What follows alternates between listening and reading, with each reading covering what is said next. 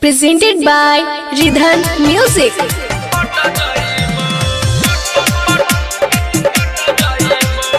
Mixed by DJ Star.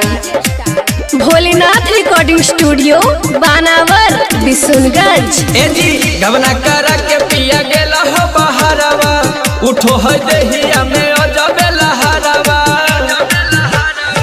गवना करा के पिया गेला हो बहरवा, उठो है देहिया में अजबे लहरवा।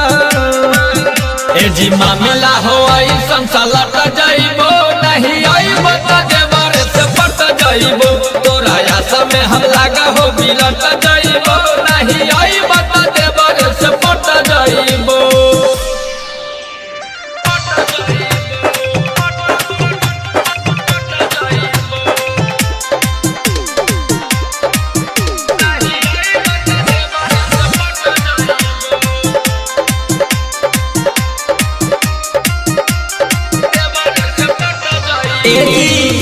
तू तमाजा मारा खोजा के परदेश में, हम यही जाजिया ही ओ पगली के भेष में।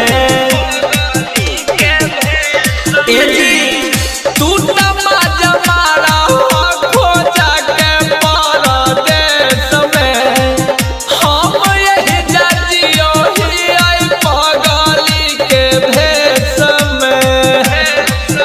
ए जी उठा खावा रोड हो उलट जाइबो, नहीं आइबो त देवर से पट जाइबो। तोरा आशा में हम लागा हो बिलट जाइबो, नहीं आइबो त देवर से पट जाइबो।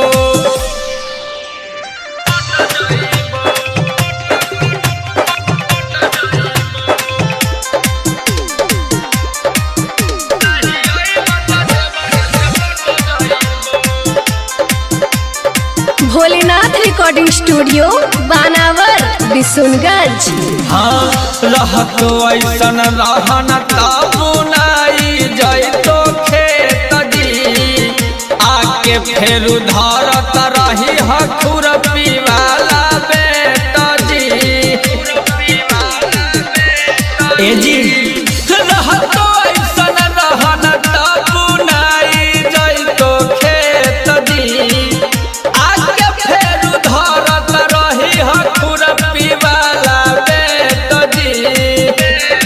कुंदन बिहारियों के देहिया से सट जाइबो, नहीं आइबो त देवर से पट जाइबो। तोरा आशा में हम लागा हो बिलट जाइबो, नहीं आइबो त देवर से पट जाइबो।